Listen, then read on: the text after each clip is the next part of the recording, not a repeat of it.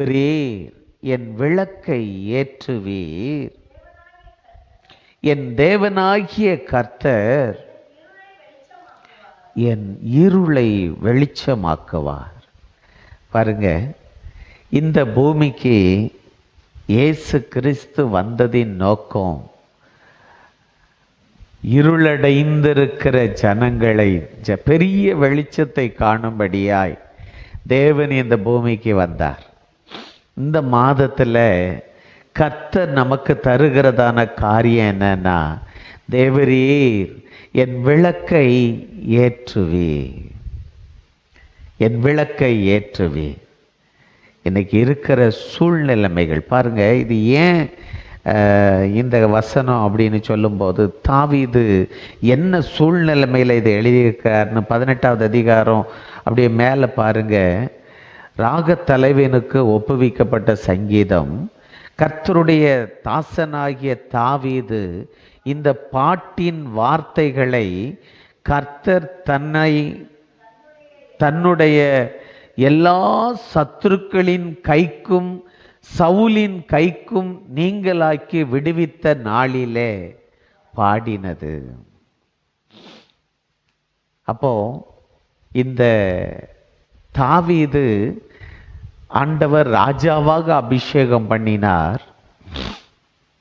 அபிஷேகம் பண்ணினதுக்கு பிறகு அவனுடைய வாழ்க்கையில் நிறைய கசப்புகளை சந்திக்க வேண்டிய சூழ்நிலை ஏற்பட்டது. ஜனங்கள் இவனுக்கு விரோதமாய் எழும்பினார்கள். இவனோடு கூட இருந்தவர்கள் எல்லாம் சேர்ந்து இவனை கல்லெறிந்து கொல்வதற்கெல்லாம் பிளான் பண்ணினார்கள். அப்படிப்பட்ட சூழ்நிலைமைகள் பாருங்க. அதில் மரண கண்ணிகள்னு சொல்லி ஒரு வசனம் வரும் பாருங்க.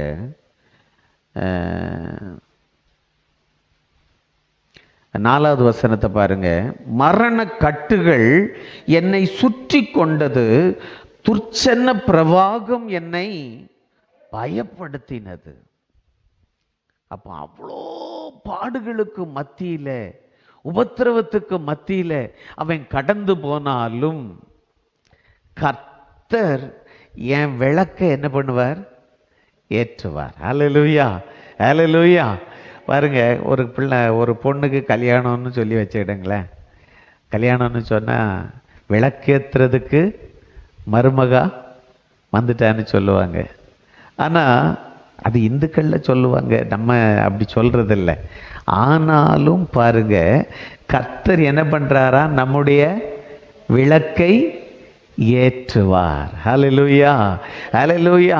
நிறைய கண்ணிகளுக்கு மத்தியில் நம்ம வாழ்ந்து கொண்டு இருக்கிறோம். இன்றைக்கு ஒரு தொழில் செய்கிறோன்னு சொன்னால் தொழிலை நிம்மதியாக செய்ய முடியாதபடிக்கு எப்படியாவது ஒரு காரியத்தை தடையை உண்டாக்கணும், எப்படியாவது அவங்களுக்குரியதை நான் பெற்றுக்கொள்ளணும், இவங்க சந்தோஷமாக இருக்கக்கூடாதுங்கிற ஒரு சூழ்நிலைமையை உருவாக்க வேண்டும் என்பதற்காக அநேகர் நமக்கு விரோதமாக எழும்பலாம். எப்படி எத்தனை பேர் எழும்பினாலும் சரி, முதல்ல அது நமக்கு பாதிப்பை உண்டாக்குகிறது போல காணப்படும். ஆனால் ஒரு குறிப்பிட்ட காலத்துக்கு பிறகு தேவன் அவனுடைய எல்லைகள் எங்கிலும் சுமூகமான ஒரு காரியத்தை உருவாக்கி கொடுத்தார். தாவீதினுடைய வாழ்க்கையில் எல்லா பிரச்சனைகளையும் நீங்கி சுகமாய் தங்கியிருக்கும்படி தேவன் கிருபை செய்தார். அதே போல் அவனுடைய பிள்ளை காலத்தில் சண்டையே கிடையாது. தாவீதினுடைய நாட்களாவது நிறைய சண்டைகள் வந்தது, அநேக தேசத்தை அவன் பிடித்தான். ஆனால் சாலமோனுடைய நாட்களில் என்ன இல்லை? சண்டையே கிடையாது, சமாதானம், சமாதானம். அதை போல இந்த மாதத்திலே கர்த்தர் நம்முடைய விளக்கை ஏற்றி என்ன பண்ணுகிறார்? வெளிச்சத்தில் நம்மளை நடக்க பண்ணுக போகிறார். ஹல்லேலூயா. பாருங்க, அதுல பாருங்க, என் தேவனாகிய கர்த்தர் என் இருளை வெளிச்சமாக்குவார். நம்முடைய வாழ்க்கையில தடுமாறி கொண்டு இருக்கிற, இனி நான் என்ன செய்யணும், என்ன செய்ய போறேன் அப்படிங்கிற ஒரு சூழ்நிலைமையில தடுமாறி கொண்டு இருக்கலாம். ஆனா கர்த்தர் சொல்லுகிறார், உங்க விளக்கை என்ன பண்ணுறாரா? ஏற்றுகிறாராம். வெளிச்சம் உண்டாகிறது ஆண்டவர் அப்படித்தான் சொன்னார். வெளிச்சம் உண்டாக கடவுதுன்னாரு. என்ன பண்ணிடுச்சு? வெளிச்சம் உண்டாயிற்று. அதே போல உங்க வாழ்க்கையிலையும் இந்த மாதத்துல கர்த்தர் சொல்லுகிறார், வெளிச்சம் உண்டாக கடவுது. ஆமென், அல்லேலூயா. உங்க எல்லா காரியங்களிலும் இருள் அடைந்தது போல காணப்பட்டாலும் அந்த இருள்களுக்கு மத்தியில கர்த்தர் வெளிச்சத்தை உண்டாக்கி தரப்போகிறார். ஹல்லேலூயா, ஹல்லேலூயா. வெளிச்சத்தை உண்டாக்கிட்டார். ஆமென். சொல்லுங்க, வெளிச்சம் உண்டாக கடவுது. சொல்லுங்க, வெளிச்சம் உண்டாக கடவுது. எங்க வாழ்க்கையில வெளிச்சம் உண்டாக கடவுது. ஹல்லேலூயா. கர்த்தர் அப்படிப்பட்ட காரியத்தை நம்முடைய வாழ்க்கையில தேவன் கட்டளையிட்டு கர்த்தர் பெரிய காரியத்தை செய்ய போகிறார். பாருங்க, தாவீது அதனால தான் சொல்றாரு, என் பலனாகிய கர்த்தாவே. 1வது வசனம், என் பலனாகிய கர்த்தாவே உம்மில் அன்பு கூறுவேன். நமக்கு பலன் யாரு? யாருங்க? கர்த்தர் தான். சிலர் சொல்லுவாங்க, என் பிள்ளைங்க இருக்கும் வரைக்கும் எனக்கு எந்த பயமும் இல்லை, எந்த காரியமும் யாரும் எனக்கு தேவையில்லை அப்படிம்பாங்க. எங்கள் சொந்தக்கார குடும்பத்தில் அவங்களுக்கு மொத்தம் 3 ஆம்பளை பையங்க. அவங்க அடிக்கடி சொல்லுவாங்க, என்ன சொல்லுவாங்க, எனக்கு 3 ராஜாக்கள் இருக்கிறார்கள். 3 ராஜாக்கள் இருக்குன்னு. 3 ராஜா இல்லை, எத்தனை ராஜா இருந்தாலும் என்ன பண்ண முடியாது? தூக்கி நிறுத்த முடியாது. கர்த்தர் நம்மோடு. ஆமென். கர்த்தர் நம்ம கூட இருந்தால் தான் நம்ம என்ன பண்ண முடியும்? நிமிர்ந்து நிற்க முடியும். அவர் விளக்க ஏற்றுனாதான் வெளிச்சத்தை நம்ம பார்க்க முடியும். இருள் அகன்று போகும். பாருங்க, அதனால தான் தாவீது சொல்லுகிறார், என் பலனாகிய கர்த்தாவே உம்மில் அன்பு கூறுவேன். நான் உங்களை ரொம்ப நேசிப்பேன் ஆண்டவரே. ஏன்னா எனக்கு அவ்வளோ நன்மைகளை செய்திருக்கிறீங்க, அவ்வளோ தயவை நீங்க பாராட்டி கொண்டிருக்கிறீங்க. அதனால நான் பயப்பட மாட்டேன்.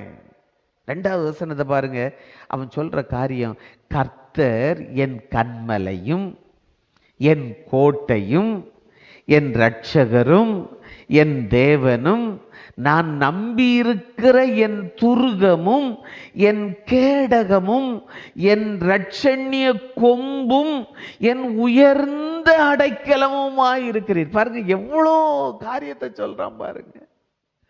ஆண்டவர் மேல அவனுக்கு இருந்த அன்பின் நிமித்தமாக எனக்கு எல்லாமே நீங்க தான் ஆண்டவரே. அதுல அப்படியே பாருங்களேன், என் கண்மலைன்னா என்ன?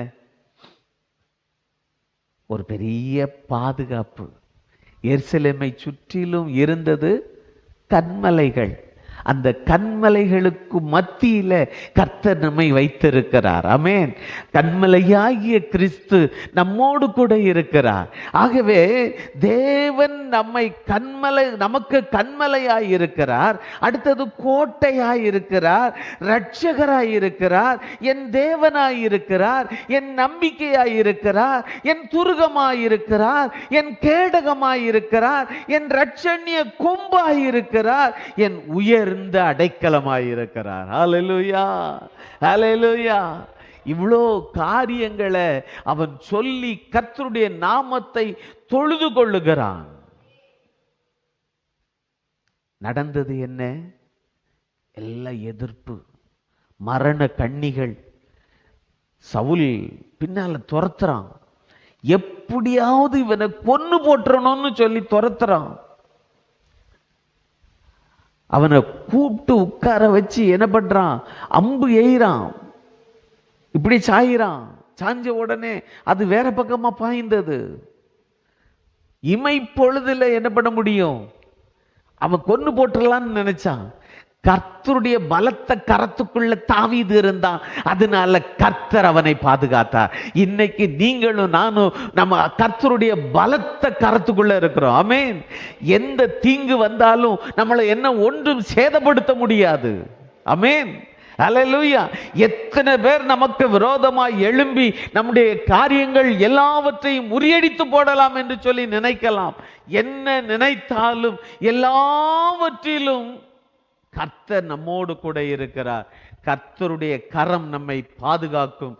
கர்த்தருடைய கரம் நம்மை நடத்தும். ஹல்லேலூயா, ஹல்லேலூயா. ஆகவே ஒன்றுக்கும் கவலைப்படாதபடிக்கு தேவனை முழுவதுமாக சார்ந்து இருப்போம். கர்த்தர் நம்மை நடத்துவார். ஹல்லேலூயா. நேரம் அதிகமானதுனால இதோட முடிக்கிறேன். மீதியை நம்ம ஞாயிற்றுக்கிழமையில் நம்ம மீதி காரியங்களை பார்ப்போம். இந்த நேரத்திலும் நாம் திருவிருந்துக்காக ஆயத்தமாவோம்.